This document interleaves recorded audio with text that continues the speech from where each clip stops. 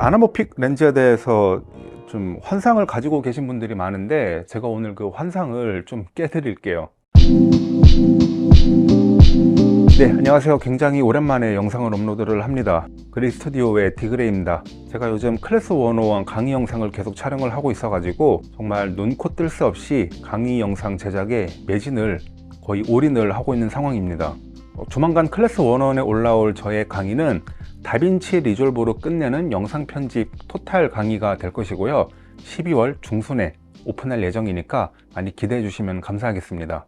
네, 광고였습니다. 오늘 제가 다뤄볼 렌즈는 시로이 아나모픽 렌즈입니다. 기본적으로 APS-C 크롭 센서에서 사용을 할 수 있고 마이크로 포 서드에서도 사용이 가능한 렌즈예요. 이게 풀프레임도 사용이 가능은 한데 풀프레임을 사용을 하면은 이제 비네팅 현상이 생기거든요. 굉장히 심하게 생겨요. 그렇기 때문에 풀프레임에서 사용을 하더라도 APS-C로 전환을 하셔야 됩니다. 소니 카메라 같은 경우에는 이 크롭 센서로 전환을 하는 그런 메뉴가 있거든요. 그거를 하면은 당연한 말이지만 화각이 이제 좁아집니다. 아니면은 그냥 촬영을 하고 편집해서 이렇게 잘라내는 방법도 있긴 하고요. 이 크롭 바디용 렌즈입니다. 뒤에 마운트 부위를 이렇게 나사로 풀어서 다른 마운트로 교체를 할 수도 있어요. 크롭 바디용 렌즈 치고는 상당히 무거운 편이거든요. 그리고 여기 위쪽 링은 이제 초점 링이고 아래쪽 링은 조리개 링이에요. 그래서 조리개 링 같은 경우에는 이제 함부로 막 움직이면 안 되니까 상당히 뻑뻑하게 돌아가는 편이고, 초점 링 같은 경우에는 굉장히 부드럽게 돌아갑니다.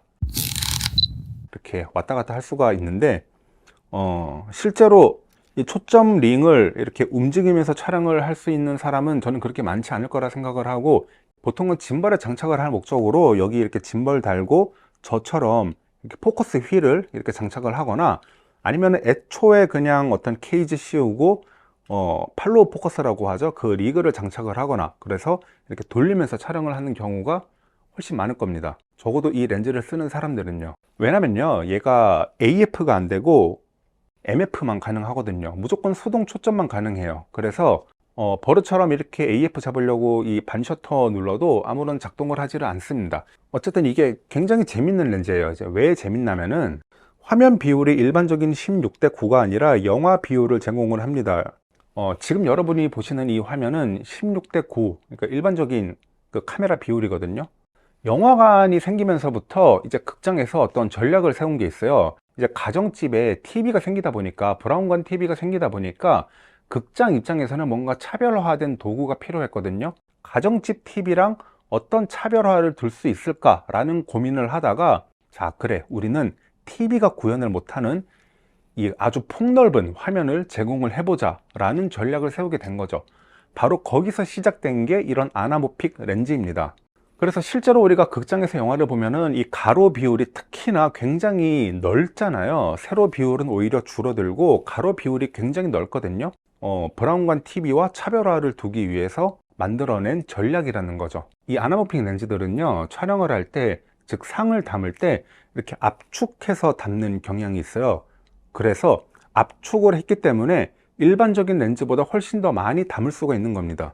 자, 예를 들어서 이만한 크기가 있는데 그냥 이만한 크기를 그대로 담는 렌즈가 있는 반면에, 이만한 크기를 압축해서 담는 거는 그 양이, 그 정보의 양이 훨씬 다르잖아요. 압축한 거를 나중에 쫙 펼치면은 원래 크기보다 훨씬 더 넓게 화면을 잡을 수가 있겠죠. 그게 바로 아나모픽 렌즈의 원리거든요. 그래서 실제로 이 시로이 아나모픽 렌즈로 촬영을 한 영상들, 이 푸티지들은요, 편집 프로그램으로 불러와 가지고 무조건 가로 비율을 넓혀줘야 돼요. 얘 같은 경우는 지금 1.33 배율이라고 되어 있는데, 자, 그러면은 편집 프로그램에서 이 가로 비율을 1.33배 넓혀줘야 돼요. 그래야지 원래 우리가 이제 생각하던 그런 아나모픽 비율이 나옵니다. 진짜 브이로그를 찍어도 얘로 찍으면은 진짜 시네마틱한 그런 느낌이 물씬 풍깁니다. 아나모픽 렌즈의 시그니처라고 하면은 블루 플레어입니다. 이 블루 플레어가, 사실 얘를 직접 구매하기 전까지는 저는 모든 빛에 다 블루 플레어가 생기는 줄 알았어요. 하다못해 지금 이런 조명빛에도 생기는 줄 알았는데 진짜 그거는 아니더라고요. 제가 사용을 해보니까 아주 대비가 극명한 상황에서만 발생을 합니다. 그러니까 즉 아주 어두운 밤에 아주 밝은 조명 바로 밑에 있거나, 아니면은 아주 어두운 밤에 밝게 이제 불을 켠 자동차가 바로 옆으로 지나가거나 하는 상황에서만 플레어가 나오지, 모든 빛에 다 플레어가 이렇게 생기면서 반응을 하는 거는 아니에요. 그거에 대해서 좀 환상을 가지고 계신 분들이 계실 것 같은데, 그런 환상으로 이 시루이 아나모픽 렌즈를 구매하려고 하면은 분명히 실망합니다. 일반적인 도로를 찍으면은 모든 불빛이 플레어로 표시가 되지는 않아요. 사실 저도 이런 거에 대한 환상이 좀 있었는데 막상 사용을 해보면은 그렇지는 않다는 거. 우리가 블루 플레어가 나오는 그런 영화들, 최근에 봤던 영화들 중에서 좀 대표작을 꼽자면은 배트맨이 있고, 그 다음에 어벤져스도 아나모픽 렌즈로 찍었기 때문에 이런 플레어가 나오는 걸로 알고 있어요. 자, 그러면은 이 렌즈의 단점을 좀 말씀을 드려볼게요. 첫 번째는 초점거리.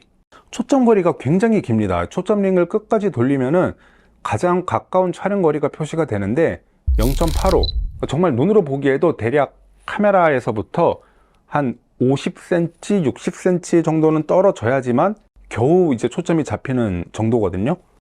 카메라가 이렇게 있으면요, 실제로 초점거리가 이거보다 훨씬 더 넓어요. 네, 진짜 이 정도는 되는 것 같아요. 여기서 조금만 가까이 가도 초점을 무조건 못 잡는 상황이 나옵니다. 왜냐면은 진짜 최소 초점거리가 이 정도니까. 혜라, 저거 봐. 고양이 있다. 저 같은 경우는요, 피사체를 좀 가까이 찍는 경향이 있거든요. 사람마다 다르기는 한데 저는 피사체 외에 다른 잡다한 프레임에 들어오는 거를 별로 안 좋아해요. 그래서 제가 찍는 영상은 항상 피사체가 좀 명확한 편입니다. 사람을 찍어도 저는 굉장히 가까이 접근해서 찍는 편이거든요. 그래서 그런지 얘로 촬영을 하면은 항상 피사체와 멀리 떨어져야 된다는 그런 강박관념이 생기는데, 그럴 때마다 저는 좀 답답하더라고요. 왜냐면은 저는 접근하는 걸 좋아하기 때문에. 그리고 이거를 쓰면서 진짜 확실하게 느껴지는 단점은 배보다 배꼽이 더 커질 수가 있다는 점. 그 목적이 왜 그러냐면요, 이 초점링 하나 돌리기 위해서 그렇거든요. 얘 초점 하나 돌리겠다고 짐벌까지 달고 거기다가 포커스 휠까지 달고 이러면은 비용이 굉장히 많이 깨지거든요. 그러면은 그냥 일반적으로 손으로 찍으면 되지 않냐라고 하는데, 카메라를 파지를 할 때 우리가 보통 이렇게 하잖아요. 근데 얘 같은 경우는 거의 이런 식으로 파지를 해야 돼요. 안 그러면은 이 돌리다가 손이 부족해 가지고 다시 잡아야 되거든요, 이렇게 돌아와서. 근데 그러면은 무조건 얘가 잡히는 순간 카메라가 떨립니다. 떨리면서 전체적인 그런 영상의 퀄리티도 굉장히 떨어지게 돼요. 안 쓰느니만 못한 그런 결과물을 좀 제공을 해줄 겁니다. 배경 분리가 잘 된다, 그리고 보케가 예쁘다, 가로 비율을 시네마틱하게 늘릴 수가 있다, 블루 플레어가 생긴다. 장점은 이 정도로 생각을 할 수 있을 것 같고, 단점은 렌즈가 많이 무겁다, 그리고 AF가 당연히 안 되기 때문에 초점을 돌리기 위한 추가적인 수단이 필요하다. 마지막으로 명성에 비해 그렇게 화질이나 해상력이 뛰어나지가 않다 정도로 정리를 할 수 있을 것 같습니다. 유튜브를 하시는 분들에게는 좀 구입을 많이 고려해 보시라고 말씀을 드리고 싶습니다. 자, 그래서 제가 준비한 영상 여기까지고요. 저는 다음에 또 다른 영상으로 여러분들께 인사드리도록 할게요. 클래스 101 저의 강의도 기대해 주시면 감사하겠습니다.